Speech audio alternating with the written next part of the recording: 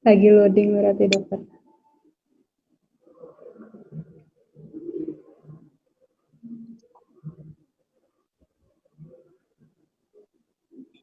Oh, udah masuk ya? Udah masuk. Ayo. Udah ya. Ya, selamat siang semuanya. Kembali lagi Sobat Sehat Mitra dengan saya Dr. Wilda Arweta. Di sini kami akan lagi-lagi dengan bincang bareng Dokter Mitra hari ini dengan topik yang lebih menarik lagi ya, Sobat Sehat Mitra, yaitu menjaga kesehatan anak selama sekolah di rumah dengan narasumbernya Dr. Joko Kurniawan. Selamat siang Dr. Joko. Selamat siang, Dr. Iya, Wilda. terima kasih Dr. Joko sudah hadir bersama kami di program Bincang Bareng Dr. Mitra ini. Untuk kali ini kami juga akan membahas menjaga kesehatan anak selama sekolah di rumah karena memang yang seperti kita ketahui, pandemi masih berjalan sampai sekarang yang dimulai dari Maret. Sehingga pemerintah tentunya mencetuskan kebijakan untuk para siswa maupun anak-anak untuk sekolah secara online, yaitu di rumah. Nah, tentunya hal ini adalah menjadi dilematis dalam masyarakat yang berada di pandemi seperti ini. Nah, jadi tercetuslah dan tentu saja banyak sekali orang tua yang memikirkan bagaimana kesehatan anak-anak selama sekolah di rumah. Nah, ini menjadi menarik untuk kita bicarakan ya, dokter.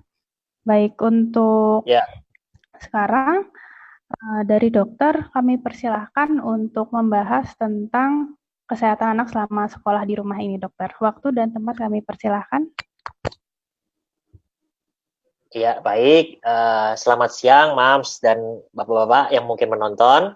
Siang hari ini kita akan sedikit berbagi ilmu ya, nambah-nambah pengetahuan biar berfaedah sedikit malam minggunya mengenai menjaga kesehatan anak selama sekolah di rumah. Nah, ya kalau ada slide-nya mungkin bisa ditampilkan, kita sambil berjalan. Jadi ada 5 topik yang mungkin akan dibahas singkat di dalam tema ini, yaitu mengenai gizi optimal, kemudian aktivitas fisik anak di rumah, regulasi masa tidur, perilaku hidup bersih dan sehat, dan juga imunisasi. Nah, kita bahas yang pertama, mengenai pemberian makan yang optimal pada anak. Jadi mengenai periode dan pola pemberian makan pada bayi dan anak, biasanya dimulai 0 sampai 6 bulan pertama kita tahu adalah ASI eksklusif. Kemudian setelah 6 bulan kita berikan ASI dan MPASI, kemudian di atas 1 tahun adalah makanan keluarga. Nah, pada fase-fase ini harus diberikan secara tepat waktu dan optimal untuk mendukung gizi anak yang optimal. Nah, kemudian setelah 6 bulan, ya tanda-tanda yang harus kita siapkan adalah bahwa anak harus sudah bisa menunjukkan tanda-tanda kesiapan makan, seperti kontrol kepalanya baik, kemudian refleks menjulurkan lidahnya sudah mulai berkurang dan selera makannya meningkat, kemudian dia juga tertarik pada apa yang orang tuanya makan. Nah, ini merupakan tanda-tanda yang biasanya mulai terlihat pada anak di atas 6 bulan, sehingga disitulah tanda kita memberikan MPASI. Ya, kemudian untuk memberikan MPASI ini ada syaratnya berdasarkan WHO, yaitu harus tepat waktu, kemudian adekuat, artinya mengandung komposisi gizi yang seimbang, baik karbohidrat, lemak, protein hewani, dan sayur buah, kemudian aman dan higienis, dan kemudian diberikan secara responsif. Artinya tidak boleh memaksa anak untuk makan, ya, khususnya anak-anak yang sudah agak besar, karena itu akan menimbulkan trauma makan. Jadi itu yang harus diberikan ya, salah satunya ada karbohidrat, protein hewani, lemak, buah atau sayur, dan sampai 2 tahun masih bisa dilanjutkan dengan ASI. Jadi di atas 12 tahun ya, khususnya yang masa sekolah ini, kita fokus pada makanan keluarga. Ya, makanan keluarga itu mengandung makanan yang mengandung makronutrien dan mikronutrien, di mana makronutrien fungsinya adalah mempertahankan berat badan, kemudian mikronutrien adalah mempertahankan fungsi sel dan daya tahan tubuh untuk meningkatkan daya tahan tubuh si kecil. Sehingga ini harus menjadi penting khususnya di masa pandemi ini. Nah, jangan lupa para ibu-ibu dan bapak-bapak ya untuk selalu memantau pertumbuhan anaknya. Karena bagaimanapun parameter yang untuk menunjukkan gizi anak itu optimal atau tidak adalah gizinya, yaitu dari berat badan, tinggi badan atau panjangnya, dan lingkar kepala anak. Kemudian yang topik kedua yang penting di masa pandemi ini adalah aktivitas fisik, bahwa anak walaupun sekolah dari rumah tidak boleh tidak beraktivitas fisik. Ya, aktivitas fisik panduannya adalah kalau kurang dari 1 tahun, kita posisikan anak untuk tengkurap kurang lebih 30 menit sehingga anak lebih aktif ya. Kemudian 1-3 tahun mulai dengan aktivitas dengan intensitas bervariasi kurang lebih minimal 180 menit dalam sehari. Kemudian di atas 3 tahun ya, khususnya anak-anak yang masuk usia sekolah, itu diberikan aktivitas minimal 180 menit dengan ada intensitas sedang dan berat itu kurang lebih 60 menit sehari, sehingga anak punya aktivitas fisik sehingga daya tahan tubuhnya lebih baik. Kemudian yang ketiga yang kita tidak lupa adalah masa tidur anak. Walaupun anak saat ini belajar di rumah, kemudian tidak keluar-keluar, tapi jangan biarkan anak tidur seenak-enaknya karena ada panduannya bahwa jam tidur anak itu harus sesuai dengan usianya. Misalnya 0-3 bulan kurang lebih 14-17 jam sehari. Kemudian 4-11 bulan itu 12-16 jam sehari. 1-3 tahun kurang lebih 11-14 jam sehari. 3-6 tahun kurang lebih 10-13 jam sehari, dan 6-12 tahun 9-11 jam per hari. Di atas itu kurang lebih minimal 8 jam per hari untuk mendukung tumbuh kembang anak yang optimal. Kenapa demikian? Karena saat tidur hormon pertumbuhan itu aktif. Jadi kalau tidurnya itu berantakan atau tidak sesuai, maka hormon pertumbuhan itu tidak akan optimal. Ya, tentu akan mempengaruhi gizinya nanti. Ya, kemudian yang keempat adalah ajarkan anak untuk selalu melakukan perilaku hidup bersih dan sehat, yaitu selalu memakai masker, khususnya untuk anak di atas 2 tahun saat mungkin harus keluar rumah. Kemudian kalau misalnya etika batuk kita ajarkan, jangan menggunakan tangan untuk menutup mulut, tetapi menggunakan bahu ya. Kemudian selalu cuci tangan dengan sabun, jangan sampai sering-sering menyentuh wajah dengan tangan kosong, hindari dulu bersalaman, dan hindari dulu close contact dengan orang-orang sekitar. Itu harus diajarkan sama anak, karena anak itu sudah mulai mengerti biasanya kalau diajarkan. Nah, yang terakhir yang tidak lupa untuk menjaga kesehatan anak selama masa sekolah di rumah ini adalah dengan melakukan imunisasi tepat waktu. Kita tahu banyak sekali penyakit-penyakit yang dapat dicegah dengan imunisasi, seperti hepatitis B, A, polio, TBC, difteri, pertusis, tetanus, hemophilus influenza B, pneumokokus, kemudian influenza, campak, rubella, radang otak, dan lain-lain. Ya, kita tahu imunisasi adalah memberikan bakteri atau virus hidup yang sudah sangat dilemahkan, sehingga tubuh membentuk kekebalan untuk bisa mengingat jika ada penyakit yang sebenarnya masuk, sehingga tubuh sudah menjadi lebih baik untuk bisa merespon jika ada kuman yang sebenarnya. Sehingga imunisasi ini sangat penting, khususnya di masa pandemi ini. Nah, kita tahu jadwal imunisasi program pemerintah itu sudah ada di buku KIA, bisa dilihat oleh ibu-ibu dan bapak-bapak sendiri. Tetapi perlu diingat bahwa rekomendasi dari Dokter Anak Indonesia itu ada beberapa imunisasi lain yang tidak ada di dalam program pemerintah, sehingga sangat disarankan untuk dilengkapi, ya, khususnya PCV dan influenza di masa pandemi ini. Kenapa? Karena walaupun anak di rumah, bukan berarti anak itu akan sehat-sehat saja, tetapi dengan memberikan imunisasi, maka anak itu mempunyai senjata, istilahnya diperlengkapi dengan imunisasi, sehingga jika ada kuman yang masuk, misalnya dari orang yang keluar rumah, itu dia tetap mempunyai daya tahan tubuh yang baik, gitu. Sehingga untuk masa pandemi ini justru tidak boleh menunda imunisasi, karena sekali lagi penyakit-penyakit lain itu cukup banyak selain COVID-19 yang saat ini sedang heboh ya. Sementara kalau anak itu terkena penyakit yang dapat dicegah dengan imunisasi, tentu akibatnya juga fatal. Ya, jadi tidak diperkenankan untuk menunda imunisasi. Beberapa tips untuk melakukan imunisasi di masa pandemi itu diantaranya adalah pisahkan anak yang sehat dan sakit. Ya, bila tempat tidak memungkinkan dipisah, maka waktunya kita pisah. Nah, biasanya begitu. Kemudian gunakan APD. Ya, kurang lebih satu pengantar itu, satu anak itu diantar oleh satu orang saja, tidak usah banyak-banyak. Kemudian di ruang tunggu sebisa mungkin jaga jarak, kemudian selalu cuci tangan, dan prioritaskan imunisasi dasar atau ulangan sampai dengan usia 18 bulan.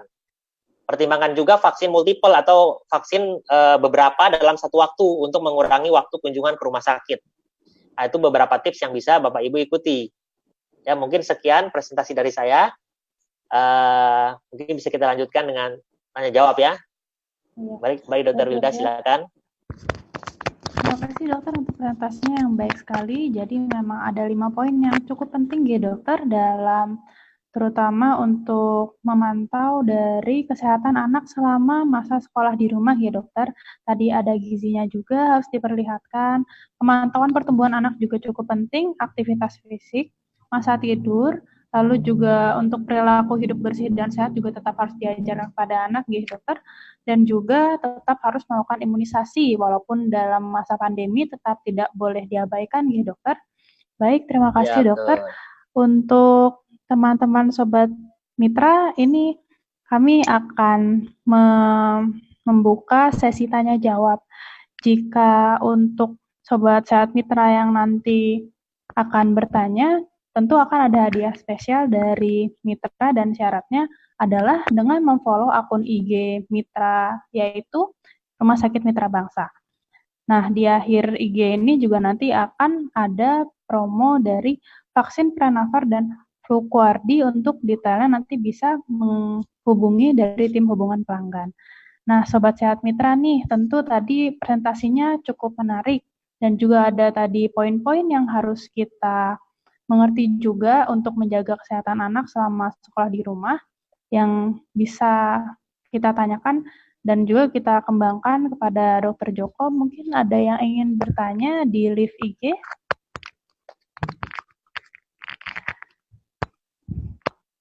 Untuk waktu tidur sendiri, dokter tadi juga ini ya, cukup menarik ya dokter. Jadi memang waktu tidurnya anak-anak itu sangat ditentukan dengan umur gitu dokter. Dari umur yang Iya. masih kecil, semakin panjang masa tidurnya gitu dokter. Iya, jadi semakin dia bayi memang jam jumlah tidur itu termasuk tidur siang ya. Itu cukup banyak. Makanya kalau kita lihat bayi itu kok tidur terus. Maka itu kalau bayi misalnya khususnya harus sering kita bangunkan setiap 2 sampai 3 jam sekali untuk disusui. Nah, semakin besar anak, nah itu jam tidur harusnya semakin berkurang. Jadi akan salah misalnya anak kadang-kadang libur ingin tidur seharian. Nah, itu sebenarnya tidak betul ya karena melebihi jam tidur sesuai usianya. Gitu. Jadi memang yang baik itu adalah yang cukup ya dokter, bukan yang berlebihan maupun berkekurangan gitu dokter. Ya, betul. Terus juga untuk perilaku hidup bersih dan sehat cukup penting juga ya dokter, apalagi di masa pandemi ini. Sangat penting untuk mengingatkan anak-anak, terutama masih usia dini ya dokter, agar bisa terbiasa untuk melakukan hidup yang bersih dan sehat ya dokter. Ya, kita tahu anak itu sebenarnya kan peniru yang baik. Jadi betul-betul orang tua memegang peranan penting di rumah. Jadi jangan dianggap sepele. Justru kebiasaan-kebiasaan orang tua yang tanda kutip menyepelekan perilaku hidup bersih dan sehat itu yang akan dicontoh oleh anaknya. Gitu. Sehingga orang tua minimal harus memikirkan bahwa apa yang dia lakukan itu sangat berdampak bagi anaknya. Jadi dia harus betul-betul menjaga sekali perilakunya itu yang baik, khususnya dalam hal ini menjaga perilaku hidup bersih dan sehat, ajarkan selalu cuci tangan, jaga jarak gitu. Anak akan mengikuti biasanya. Jadi biasanya gitu ya dokter, mekanisme kopi ke orang tuanya seperti itu ya dokter. Jadi kalau orang tua juga menjaga kebersihan dan kesehatan, tentu anaknya juga akan mengikuti dari orang tuanya seperti itu ya dokter. Ya. Selain itu tadi yang perlu diperhatikan yang cukup penting itu imunisasi, karena ini biasanya paling banyak nih dipertanyakan dokter. Ini rumah sakit ramai sekali pengunjung, terus biasanya ibu-ibu akan sangat khawatir untuk membawa anak imunisasi, terutama di masa pandemi ini. Namun hal tersebut masih tetap harus dilakukan sesuai dengan jadwal waktunya gitu, dokter. Ya betul, jadi imunisasi itu tetap harus diberikan tepat waktu, walaupun di masa pandemi ini. Kenapa? Karena kita tahu imunisasi yang selama ini melindungi anak-anak kita sebelum pandemi bahkan ya, itu banyak melindungi penyakit-penyakit yang sudah dapat dicegah dengan imunisasi. Sehingga kalau terlambat, ya itu anak kita akan beresiko kena penyakit-penyakit yang sudah bisa dicegah dengan imunisasi. Dan kita tidak tahu apabila penyakit itu bersamaan dengan COVID-19, tentu akan berdampak lebih parah. Ya, kita tahu saat ini anak berdasarkan data juga tingkat kesakitannya katanya lebih rendah, ya kan? Itu beberapa studi menegaskan kenapa bisa seperti itu. Kenapa? Karena anak-anak pada dasarnya imunisasinya lebih lengkap dibandingkan dewasa kan? Gitu. Kurang lebih ada beberapa argumentasi seperti itu, sehingga betul-betul kita harapkan tidak ditunda imunisasi itu, walaupun saat ini masa pandemi, tentu dengan memperhatikan protokol-protokol kesehatan tadi dan tips-tipsnya gitu. Gitu ya dokter.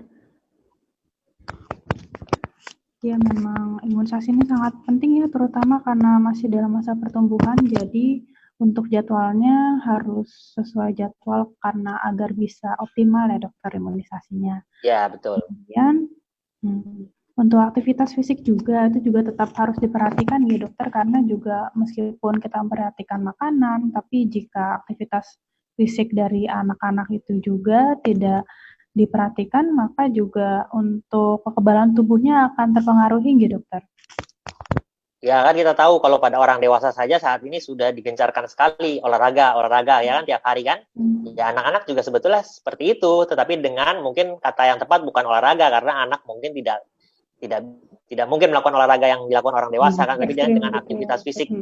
Ya aktivitas fisik yang memang kurang lebih rutin setiap harinya. Kurang lebih 180 menit tadi kan harus ada aktivitas fisik dalam satu hari. Iya, betul sekali dokter ya, karena kan tetap berbeda ya untuk aktivitas fisik untuk anak maupun untuk orang dewasa. Baik dokter, ini dari live IG sudah ada pertanyaan. Dokter, di masa pandemi kan harus sesuai protokol kesehatan. Bagaimana cara membujuk anak untuk menerapkan protokol kesehatan seperti itu? Soalnya kan biasanya anak-anak kadang masih susah diatur ya dok. Seperti itu dokter. Nah ini sebenarnya tadi sudah sempat disinggung ya, bahwa anak-anak itu sebetulnya adalah peniru yang baik, peniru yang ulung ya. Salah satu peniru yang ulung di dunia itu adalah anak-anak. Gitu. Jadi apa yang harus dilakukan oleh orang tua ya tentu memberikan contoh berulang-ulang sama anaknya. Ya kalau kita misalnya jujur saja, misalnya kalau anak masih baru bisa berjalan saja, misalnya ibunya ngelap meja, dia pasti akan ikut mau ngelap meja. Ya kemudian ibunya dandan, anaknya pasti akan coba-coba buat dandan gitu. Nah itu seperti itu contohnya. Nah begitu juga dengan kebiasaan baru sekarang, misalnya cuci tangan. Ajarkan anak saya cuci tangan, nanti dia akan ikut mau cuci tangan, dia bilang. Kemudian kalau anaknya sudah di atas 2 tahun, bisa diikutkan pakai masker. Mungkin maskernya yang sama dengan bapak ibunya, sehingga dia senang bahwa bapak ibunya juga memakai masker yang sama dengan dia, kira-kira gitu. Kalau perlu yang gambarnya lucu-lucu, nggak ada masalah kan, kira-kira orang tuanya juga mengikuti kesukaan anaknya. Nah, jadi itu tadi, jadi dengan memberi contoh, ya copycat kalau bahasa Inggrisnya gitu ya. Seperti itu. Karena anak-anak akan lebih sering untuk meniru orang yang ditemui ya dokter, terutama kan orang tua. Jadi biasanya kalau orang tuanya pun juga menerapkan protokol kesehatan, tentu anaknya juga lambat laun juga akan mengikuti ya dokter. Seperti memakai masker, mencuci tangan, seperti itu ya dokter. Ini ada pertanyaan baru dokter. Dokter, tips agar anak-anak tidak takut datang ke rumah sakit bagaimana ya dokter? Ya, sebetulnya yang biasanya membuat anak itu takut ke rumah sakit itu adalah ditakut-takuti sama orang tuanya seringnya di rumah. Misalnya, misalnya anaknya tidak mau makan, misalnya, awas nanti dibawa ke dokter disuntik ya. Nah, sebetulnya itu omongan-omongan sederhana seperti itu yang membuat anak itu di bawah alam bawah sadarnya itu menjadi sesuatu yang menakutkan ke dokter itu. Ya sebetulnya semua berawal di rumah sebetulnya. Gitu. Jadi apa yang diberikan ajaran, diberikan bekal di rumah, itulah yang akan terjadi pada anak. Ya, misalnya kalau kita mengajarkan anak dengan penuh ancaman, misalnya seperti tadi, kalau itu disuntik ya, maka anak akan hidup dalam ketakutan. Itu memang sudah terbukti, studi juga sudah terbukti. Berbeda dengan kalau misalnya anak diberikan bimbingan yang benar, teknik parenting yang benar ya, tentu dia akan lebih bisa menerima apa yang akan terjadi seperti itu. Yang kedua tentu ya didampingi, kemudian diberi pengertian, ya kan. Sering-sering orang tuanya juga memberikan nasihat-nasihat, khususnya anaknya kalau sudah bisa memahami ya, di atas 2 tahun biasanya sudah cukup paham dia. Misal ayo kita ke dokter, nanti mungkin akan diberikan imunisasi biar adik cepat sehat gitu. Artinya anak itu sebetulnya mampu diberikan pengertian-pengertian dari rumah, tapi biasanya bukan ujuk-ujuk dibawa, kemudian di rumah sudah masuk ke poliklinik, baru ayo disuntik, ya dia akan kaget kan, belum dikasih tahu, belum dia akan melawan. Maka itu sebenarnya sebelum ke rumah sakit, misalnya mau imunisasi itu harus dikasih tahu dulu. nanti adek ditimbang ya, biar tahu berat badannya. Mungkin kalau perlu ibunya juga beli timbangan di rumah nih, kayak ibu juga menimbang. Tapi kalau adek harus timbangnya di rumah sakit, biar nanti dipantau. Nah, seperti itu lebih yang bisa dilakukan oleh orang tua, tips-tipsnya. Gitu. Baik, dokter. Jadi sebenarnya kita untuk mengingatkan anak-anak tuh sebenarnya ya agak gampang-gampang sulit gitu ya dokter. Yang penting adalah cara penjelasan kita mungkin lebih ke positive thinking seperti itu ya dokter, dibandingkan lebih ke kata-kata yang negatif seperti itu ya dok, sehingga anak lebih mudah untuk dibujuk seperti itu ya dokter. Iya, jadi saya prinsipnya seperti ini ya. Kalau anak itu apa yang terjadi sama anak itu tidak pernah salah sebetulnya. Yang salah itu pasti orang tuanya. Gitu. Jadi kalau misalnya anak merasa takut kalau ke suatu tempat, pasti bukan salah anaknya, itu pasti salah orang tuanya. Kenapa? Mungkin dia menakut-nakuti untuk hal itu, kemudian atau dia sering ditakut-takuti dengan sesuatu yang lain sehingga dia akan takut untuk mencoba hal baru, gitu. Kemudian atau terlalu banyak dilarang sehingga anak tidak percaya diri melakukan hal-hal yang baru dan lain sebagainya. Jadi semua itu pasti berhubungan. Ini khususnya dengan teknik parenting ya. Betul sekali Gitu. dokter. Menarik sekali ya dokter, terutama tentang teknik parenting itu memang masih harus diperhatikan untuk para orang tua, bapak ibu yang lagi menonton ini ya dokter. Ini ada pertanyaan baru lagi dokter. Dokter, anak 4 tahun kalau masih suka memasukkan benda-benda ke mulut, jari, baik jari maupun mainan, bagaimana ya dokter? Padahal sudah dikasih tahu kalau itu kotor dan bisa menyebabkan diare atau batuk, tapi masih suka dilakukan. Seperti itu, dok. Ya, sebetulnya kalau itu yang disebut dengan fase oral anak, yaitu memasukkan segala sesuatu ke dalam mulut, itu terjadi sebelum usia 18 bulan. Jadi biasanya di atas 6 bulan sampai 18 bulan fasenya. Nah, sebetulnya di antara fase itu tuh normal. Ya. Nah, kemudian sembari berjalannya waktu, orang tua selalu mengingatkan betul untuk kebersihan dan lain sebagainya. Tapi di masa 6 sampai 18 bulan itu merupakan hal yang normal. Yang harus dipastikan adalah memastikan semua yang masuk ke mulutnya itu bersih. Sebetulnya itu sebenarnya prinsipnya. Nah, kemudian setelah itu, kalau misalnya sudah diingatkan, kemudian juga salah satunya dengan tips pengalihan, kemudian di atas 18 bulan, umumnya sedikit demi sedikit akan berkurang. Gitu. Jadi kalau di dalam range 6 sampai 18 bulan itu normal. Berarti masih normal kalau masih di bawah 18 bulan ya dokter, cuma mungkin cara orang tua untuk menyingkapinya, untuk beberapa mainan mungkin bisa dibersihkan, seperti itu ya dokter. Jadi anak pun juga terhindar dari penyakit, seperti itu ya dok. Betul. Baik dokter, ini ada lagi pertanyaan. Selain imunisasi, apakah ada cara lain untuk menjaga kesehatan anak dokter? Ya itu tadi, kan ada 5 tadi ya kan? Ada 5, 1 gizinya harus baik, ya kan? Nomor 2 tadi tidurnya harus cukup, ya kan? Nomor 3 harus ada aktivitas fisik.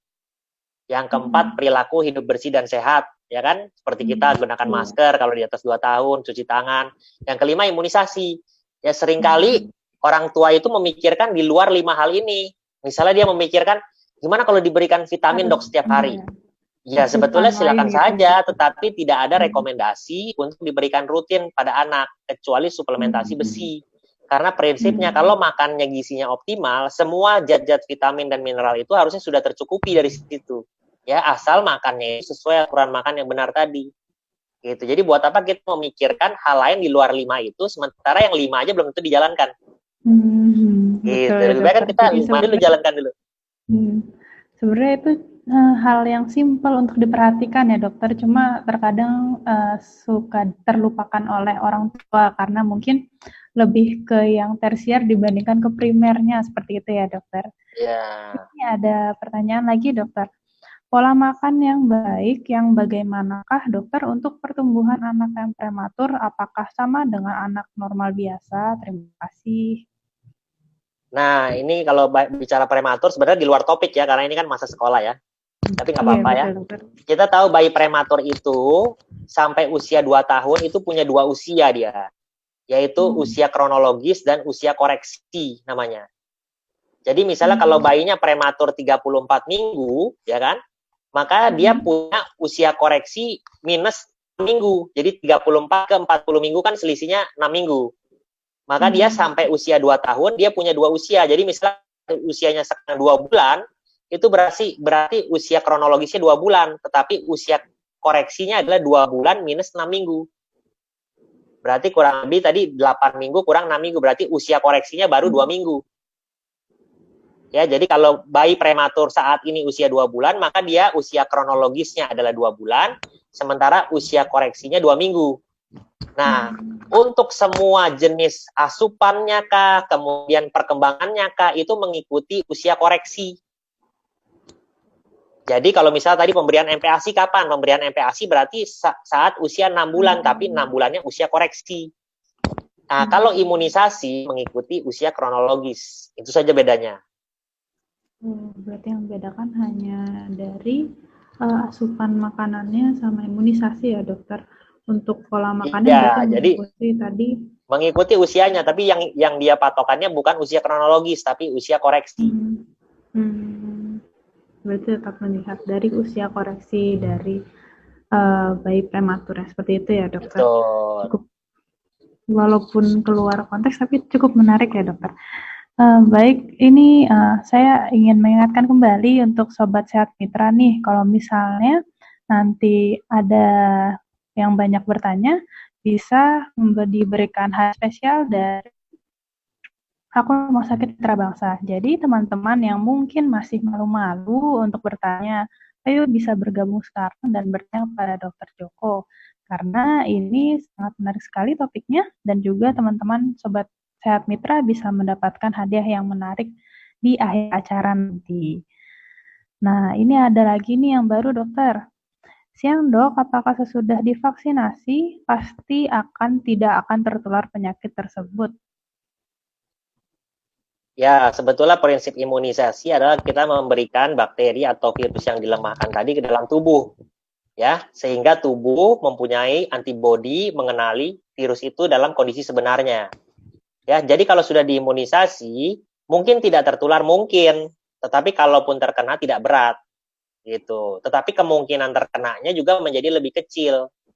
Saya selalu mengibaratkan imunisasi itu kayak seorang yang main tinju. Ya, kalau main tinju dia tidak pernah latihan, ketemu lawan langsung KO satu babak. Tapi seandainya kalau dia latihan, diberikan imunisasi latihan itu, sekalipun dia ketemu lawan yang kuat, mungkin dia babak belur tapi sampai KO. Gitu kira-kira. Ya, jadi begitulah kira. Tapi kalau misalnya kita bilang apakah dengan latihan petinju itu tidak mungkin babak belur, ya tidak ada jaminan, ya kan? Tidak ada jaminan, tetapi tentu itu lebih baik dibandingkan dia tidak latihan. Gitu kira-kira. Nah, begitu juga dengan antibodi kita, kalau tidak pernah dilatih, tentu itu akan menjadi rentan untuk KO saat penyakit datang. Tapi kalau misalnya dia diserang penyakit, bukan berarti dia jadi kebal, tetapi dia sudah lebih siap dan tidak akan KO, kira-kira begitu. Berarti untuk resiko terkena penyakit yang baru divaksinasi tentu masih ada resikonya. Cuma tubuh kita lebih terlatih untuk menerima penyakit tersebut ya dokter. Jadi tetap kami akan mengingatkan kembali ke Sobat Sehat Mitra untuk tetap mengimunisasi anak-anaknya sesuai dengan jadwal yang sudah tertera. Terutama di masa pandemi ini tetap harus imunisasi ya teman-teman. Ini ada pertanyaan baru lagi dokter. Bagaimana menjaga anak di saat sekolah sudah mulai masuk sekolah di masa pandemi seperti ini? Nah, ini kan biasanya kadang masih ada yang online, masih ada yang sudah mulai offline nih dokter. Tentu orang tuanya akan cukup khawatir ya dokter, terutama di masa pandemi ini. Ya, tentu tadi kami sebetulnya dari Ikatan Dokter Anak Indonesia sendiri juga belum merekomendasikan untuk anak masuk sekolah tatap muka.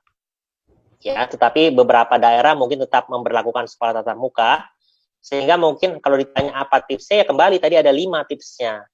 Ya kan, yang pertama gizi anak harus baik, harus mengandung karbohidrat, protein, lemak, sama sayur buah setiap kali makan dan ada 3 kali makan sehari. Ya, kemudian aktivitas fisik, ajarkan anak untuk selalu aktivitas fisik setiap hari rutin, minimal yang intensitasnya sedang berat itu 60 menit sehari. Kalau sudah sekolah. Ya, kemudian tidur. Ya, anak-anak harus tidur maksimal jam 9 malam. Kenapa? Karena jam 11 malam hormon pertumbuhannya optimal dan dia akan optimal kalau sudah 2 jam tidur. Sehingga kalau tidurnya terlambat, maka hormon pertumbuhannya tidak akan optimal. Kemudian yang keempat adalah ajarkan anak itu tadi untuk selalu memakai masker ya, kemudian mencuci tangan setiap kali memegang sesuatu dengan sabun, kemudian jaga jarak dengan temannya gitu, dan lebih baik hindari teman-temannya yang mungkin tidak pakai masker gitu. Selalu ajarkan itu bahwa membahayakan dirinya dan keluarganya. Anak biasanya sudah paham. Kemudian yang terakhir itu tadi, lengkapi imunisasinya, khususnya imunisasi seperti influenza dan PCV yang tidak ditanggung pemerintah, karena itu direkomendasikan masa pandemi ini. Kurang lebih seperti itu. Kalau mau online maupun offline, sekolahnya tetap 5 poin tadi itu yang benar-benar sangat penting ya dokter untuk orang tua. Betul. Untuk diperhatikan pada anak-anaknya. Jadi maupun nanti jika memang ada kebijakan dari pemerintah untuk melakukan sekolah tatap muka, tetap harus memperhatikan hal-hal seperti tadi ya dokter, dan tetap memakai protokol kesehatan yang berlaku kepada anak-anak. Ini ada pertanyaan lagi dokter, seberapa pentingyakah vaksin JE? Ya, vaksin sebetulnya apapun itu penting ya, tetapi kan vaksin ini sifatnya spesifik untuk penyakit tertentu. Jadi kalau vaksin JE, ya penting untuk melindunginya dari virus JE, yaitu radang otak gitu. Jadi kepentingannya untuk itu, penting gitu. Kalau untuk misalnya vaksin DPT, penting tidak penting untuk melindungi dari penyakit difteri, pertussis, dan tetanus. Jadi karena sifatnya spesifik, maka masing-masing imunisasi ini sebaiknya dilengkapi. Tidak bisa, saya sudah imunisasi yang di program pemerintah saja. Ya silakan, tetapi kalau memang mampu dan mempunyai kemampuan berlebih, kenapa tidak? Karena sifat imunisasi tadi spesifik, tidak bisa vaksin yang A melindungi jenis vaksin B. Gitu. Jadi kalau mau lengkap, terlindungi secara optimal penyakit-penyakit yang sudah bisa dicegah dengan imunisasi, ya sebaiknya lengkap. Jadi mau apapun vaksinnya maupun imunisasinya tetap penting semua ya dokter untuk dilakukan, terutama yang imunisasi yang diwajibkan oleh pemerintah ya dokter, untuk mencegah anak-anak terjangkit penyakit tersebut, terutama di masa pandemi ini. Tapi sebentar, sebelumnya saya mau menegaskan dulu nih ya. Jadi jangan sampai salah kaprah juga bahwa imunisasi pemerintah itu memang dikatakan wajib, tapi bukan berarti cuma itu yang lebih penting atau lebih superior dibandingkan imunisasi tidak wajib. Dikatakan wajib itu sebetulnya istilahnya itu karena imunisasinya ditanggung pemerintah. Jadi secara biaya sudah digratiskan, tidak ada alasan lain lagi kan untuk tidak diimunisasi, kan kira-kira gitu. Jadi tanda kutip, sayang ya dokter. Ya tanda kutip wajib karena tidak perlu bayar istilahnya. Kalau kalian ke puskesmas atau bidan itu dapat gratis. Gitu. Bukan gara-gara itu lebih penting, tidak wajib itu prinsipnya.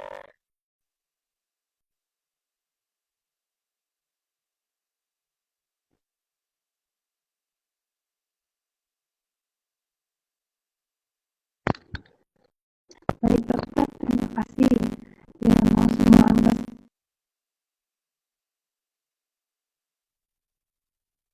Kan tidak hanya dirawat inap ya, di mana-mana sekarang beresiko. Sekarang di mana tempat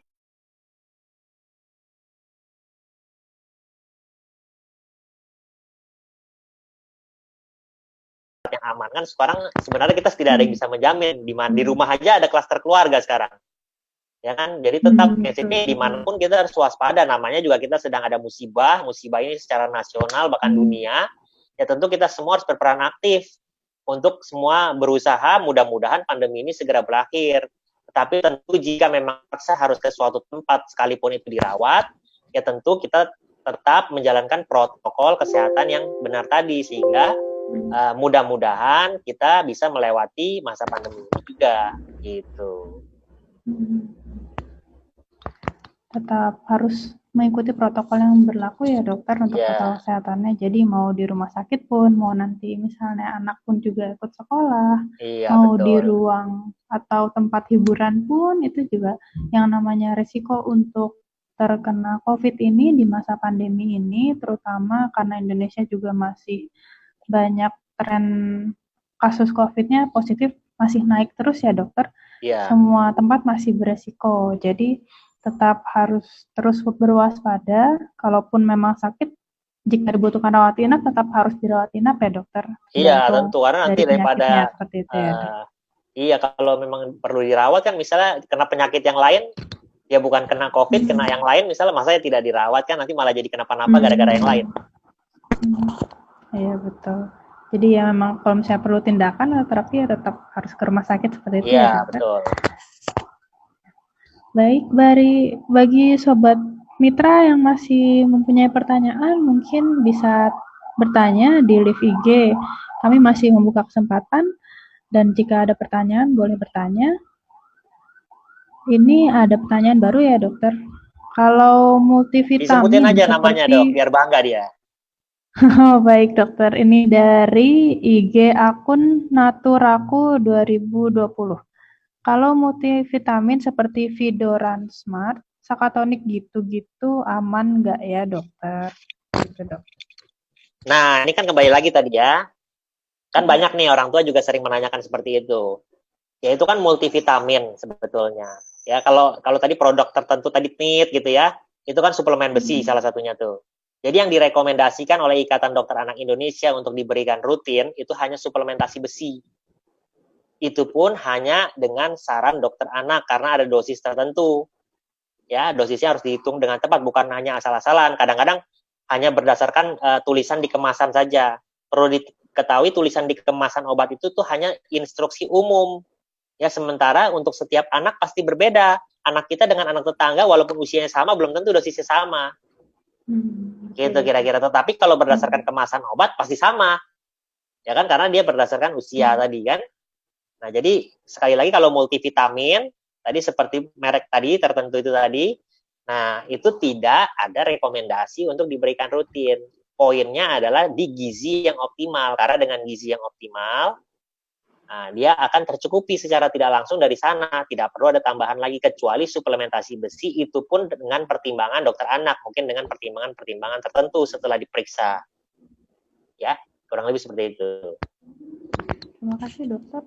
Jadi tetap ya kalau misalnya untuk multivitamin kita harus tetap memperhatikan untuk anak-anaknya seperti apa karena tiap anak tentu berbeda kebutuhan ya dokter dan juga untuk dari dosisnya juga tetap harus mengikuti dosis dari dokter. Kemudian dokter ini masih ada pertanyaan lagi dari akun Sabto Renggo Baru. Sampai usia berapakah anak bisa mendapat suplemen besi ya dokter? Ini mungkin nyambung sama pertanyaan yang tadi nih dokter. Oh ya, sebetulnya rekomendasi besi sendiri tanpa ada masalah itu direkomendasikan oleh Ikatan Dokter Anak Indonesia mulai dari usia 6 bulan. Ya, kemudian bisa diberikan setiap hari sampai usia 2 tahun. Setelah usia 2 tahun tetap ada rekomendasinya tetapi tidak tiap hari, mungkin 3 kali seminggu. Ya, sampai nanti anak usia remaja. Karena dia waktu usia remaja juga penting. Kenapa? Karena di situ dia mulai menstruasi. Terkadang kalau tidak kita berikan suplemen besi, anaknya anemia atau kurang darah atau kurang hemoglobin, kurang zat besi. Tentu nanti muncul gejala letih, lesu, lemas dan sebagainya dan tentu akan mempengaruhi kualitas belajarnya. Ya, apalagi saat usia remaja itu kan pelajarannya udah mulai sulit kan. Nah, sehingga kalau dia kurang darah tentu akan mempengaruhi kualitas belajarnya. Dan jangan sampai sudah terjadi gejalanya baru bingung mencari pertolongan gitu kan. Seperti tadi mencegah lebih baik daripada mengobati. Kita tahu rekomendasinya pun harus diberikan sebetulnya sebelum ada gejala. Gitu. Terima kasih dokter. Berarti memang yang cukup penting ya untuk besi tadi agar mencegah terjadinya anemia seperti itu ya dokter. Tapi selain itu juga tetap harus diberikan gizi yang cukup selama berada di rumah juga seperti itu ya dokter. Kalau untuk anak-anak dokter di masa pandemi ini, jika tertular penyakit seperti apakah yang mungkin bisa memiliki resiko tinggi untuk lebih terkena COVID seperti itu dokter? Kalau itu jawabannya adalah semua anak sekalipun tidak sakit berisiko tertular COVID. Jadi selama ini jangan banyak berita-berita yang salah kaprah seakan-akan anak kebal terhadap COVID. Sehingga saya sering juga melihat orang tua tetap jalan-jalan ke mall, orang tuanya pakai masker, terus anak-anaknya tidak pakai apa-apa gitu. Seakan-akan anaknya kebal gitu. Ya bukan begitu, itu salah betul. Bahwa semua anak berisiko tertular COVID. Ya, cuman memang persentasenya mungkin lebih banyak yang tanpa gejala. Ya, tetapi kita tidak bisa bilang karena itu kan secara random ya, saat ini masih diteliti kenapa bisa begitu ya. Dan jangan sampai yang terkena itu kok anak kita secara random, kan kita juga nggak tahu kan. Masa kita mau coba-coba untuk anak kita? Nah, ini anak saya ini kebal nih, tapi ternyata tiba-tiba kena terus parah, kan kita nggak mau. Ya lebih baik kita menjaga saja semuanya kurang lebih supaya semuanya selamat, kan kira-kira begitu. Ya, jadi semua anak, tidak hanya yang ada komorbid, tetapi yang dengan komorbid, apalagi yang tidak pernah diimunisasi, tentu lebih tinggi resikonya. Jadi tetap untuk anak-anak juga bisa beresiko sama resikonya juga dengan orang dewasa ya, walaupun mungkin kadang-kadang tanpa gejala seperti itu ya dokter. Iya. Baik dokter, ini masih ada pertanyaan lagi dari akun Saptorunggo Baru. Kalau merek suplemen besi yang bagus untuk anak usia 13 tahun apa ya dokter? Terima kasih. Nah, karena kita ini tidak ada konflik kepentingan, ya tidak bisa menyebutkan merek ini di sini kan, ya tetapi suplementasi besi itu banyak mereknya, ya. Tapi sekali lagi dosisnya itu kan yang kita harus konsultasikan dulu ke dokter anak. Kenapa? Karena setiap anak beda-beda, tidak bisa kita samakan satu dengan yang lain. Misalnya, oh ya udah 1 tablet aja, terus nanti kalau lebih kecil kita kira-kira 1/3 tablet lah. Nah, jadi kayak kira-kira gitu. Jadi buat anak kok coba-coba gitu sekali lagi. Jadi tidak tepat seperti itu. Tetap harus dikonsultasikan dulu. Jadi mau umur berapapun tetap harus konsultasikan dulu ke dokter anak seperti itu dokter ya. Ya, jadi kalau misalnya untuk mungkin merek atau apapun sepertinya sama saja ya dokter untuk suplemen besi. Ya, kurang lebih sama saja. Yang penting kan komposisinya. Komposisinya dan dosisnya seperti itu ya dokter. Baik dokter, kalau tadi yang membicarakan komorbid anak, terutama biasanya itu komorbid anak seperti apakah sih dokter yang lebih sering ditemukan pada mungkin pasien anak yang dengan COVID di pandemi ini dokter? Ya, berdasarkan data-data yang sudah ada, penelitian-penelitiannya, memang beberapa kasus itu lebih tinggi presentasinya pada anak-anak yang memiliki komorbid di saluran napas. Ya, seperti asma, ya, kemudian radang paru, itu kemungkinan lebih besar. Sehingga kenapa WHO dan IDAI itu merekomendasikan imunisasi PCV dan influenza dan imunisasi yang berhubungan dengan paru untuk dilengkapi saat ini khususnya. Itu karena latar belakangnya seperti itu, ya. Nah, itu jawabannya. Tapi itu berdasarkan data yang ada saat ini ya, tentu akan berkembang terus nih karena kita juga masih mempelajari virus baru ini kan. Iya, betul dokter. Jadi memang mungkin yang selama ini lebih sering untuk ditemukan lebih ke komorbid parunya dokter ya. Jadi dibandingin komorbid yang lain, tapi tidak menutup kemungkinan untuk tetap harus waspada ya dokter. Dan juga melakukan imunisasi yang sesuai dengan jadwal tadi. Seperti itu. Untuk Sobat Sehat Mitra, mungkin jika masih ada yang ingin bertanya, saya masih membuka peluang untuk bertanya karena ini tentu sangat menarik sekali ya di masa pandemi ini apa yang harus dilakukan terutama untuk anak-anak dan juga orang tua untuk mengantisipasi. Ini ada pertanyaan baru lagi dokter dari akun Brenizano Al-Zafran. Dokter, kalau anak untuk 4 tahun BAB-nya 3 hari sekali, apakah itu normal? Padahal sayur dan buah selalu makan dan minum air putih juga banyak. Apakah perlu diberi suplemen probiotik, dokter? Ya, kalau misalnya BAB memang batasannya itu 3 hari. Ya, maksudnya berarti kalau masih 3 hari sekali masih normal sebetulnya. Karena kita katakan konstipasi kalau tidak BAB kurang dari 2 kali dalam seminggu atau lebih dari 3 hari sekali. Jadi kalau masih 3 hari masih oke. Ya. Kemudian yang kedua, apakah perlu probiotik? Sebetulnya probiotik sudah banyak sekali studinya yang memang mendukung sisi positifnya. Ya, mungkin hampir sedikit sekali sisi negatif dari probiotik. Ada yang meneliti juga tentang kesehatan usus itu sendiri, bahkan sampai berhubungan dengan kepintaran dan perkembangan otak anak. Dan itu memang sudah terbukti secara signifikan. Sehingga kalau memang mau diberikan, silakan saja. Walaupun belum ada rekomendasi resmi untuk diberikan secara rutin sekali lagi ya. Jadi dengan banyak pertimbangan, salah satunya harga, misalnya Probiotik itu harganya cukup mahal soalnya kalau diberikan tiap hari tentu akan menyulitkan juga gitu ya. Betul, dokter. Jadi tetap masih normal ya dokter kalau 3 hari Masih sekali, normal. dan juga untuk pemberian suplemen probiotik juga masih bukan suatu hal yang diwajibkan seperti itu ya. Mungkin masih tetap untuk orang tua masih bisa lebih mengoptimalkan untuk asupan gizinya seperti buah dan sayur dan minum air putih tersebut ya dokter. Baik.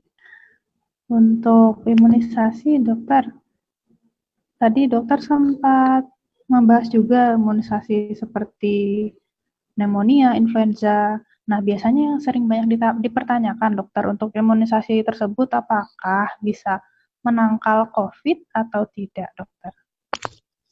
Jawabannya tentu tidak ya, karena imunisasi COVID kan sedang dibuat nih, ya kan, belum jadi, ya kan, mudah-mudahan saja hasilnya baik sehingga bisa dipublikasikan nantinya sesegera mungkin.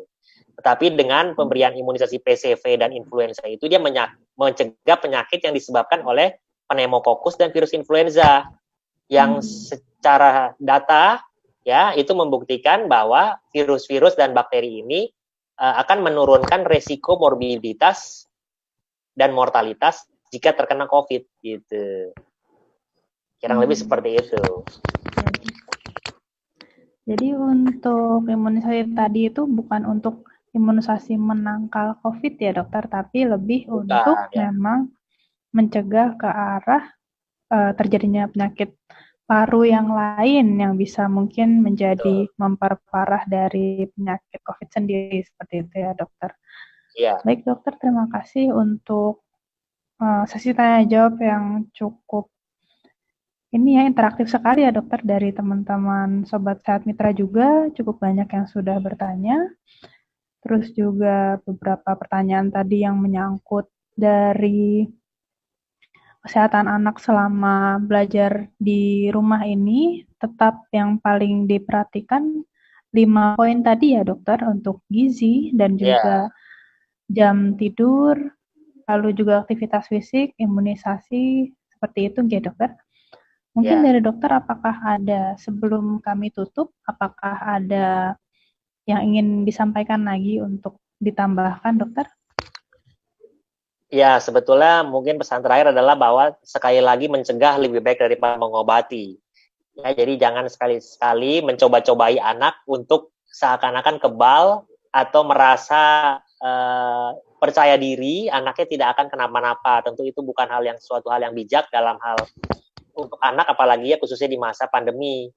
Ya, jadi tadi 5 poin tadi sangat harus diperhatikan, gizinya, kemudian aktivitas fisik harus digerakkan, kemudian regulasi masa tidur tetap harus diatur sesuai usia, perilaku hidup bersih dan sehat, dan imunisasi sebisa mungkin justru dikonsultasikan ke dokter kesayangan Anda sebelum anaknya sakit. Gitu ya. Sekarang sudah banyak media, rumah sakit juga sudah memberikan fasilitas untuk membedakan anak yang sehat dan sakit ya. Semua rumah sakit saya rasa sudah pada umumnya seperti itu. Kemudian bisa juga melalui media-media online, sudah banyak aplikasi-aplikasi yang mendukung untuk konsultasi. Sekali lagi untuk buah hati saya rasa sebaiknya berusaha untuk mencari jawaban ya, daripada mencari jawaban di tempat yang salah. Ya, karena anak kita kalau bukan kita yang ngurusin, siapa lagi kan? Iya, betul dokter. Ya. Berikan yang terbaik untuk anak ya dokter. Baik, pesan yang cukup baik sekali dokter. Menurut kami juga memang untuk di masa pandemi ini memang sangat penting sekali perannya orang tua untuk menjaga kesehatan anak, baik itu di rumah pada saat sekolah maupun juga untuk aktivitas lainnya ya dokter. Jadi tetap untuk anak-anak memang yang paling berperan penting adalah orang tua sendiri, seperti itu ya dokter. Dan apalagi lebih tidak kurang pentingnya juga adalah dari orang tua mencegah terjadinya penyakit COVID tersebut pada anak-anak dibandingkan anak yang harus nanti terkena penyakit COVID ini ya dokter. Terima kasih dokter untuk pesan-pesannya dan juga presentasi yang sangat luar biasa pada hari ini. Ilmu yang kami dapat sangat-sangat amat bermanfaat, dan juga sesi tanya jawab pun juga banyak sekali ilmu yang kami dapat. Terima kasih dokter Joko. Untuk teman Sobat Sehat Mitra, kami bisa mengingatkan kembali karena nanti di akhir live akan diberikan pengumuman promo vaksin dapat menghubungi tim hubungan pelanggan. Dan juga untuk teman-teman yang beruntung tadi yang sudah memberikan beberapa pertanyaan, nanti akan dihubungi oleh admin dari Sobat Sehat Mitra. Terima kasih Dokter Joko untuk waktunya, untuk ilmu yang sangat luar biasa untuk kami bisa terapkan juga dari orang tua, terutama di masa pandemi ini tentu untuk anak-anak sayangannya semuanya. Semoga selalu bermanfaat, dokter. Semoga juga dokter selalu diberikan kesehatan di masa pandemi ini, ya dokter. Kita semua bisa sehat semua sehat ya. Selama menjaga protokol kesehatan. Terima kasih Dokter Joko atas partisipasinya di bicara bareng spesialis pada hari ini. Kami juga akan mengumumkan promo vaksin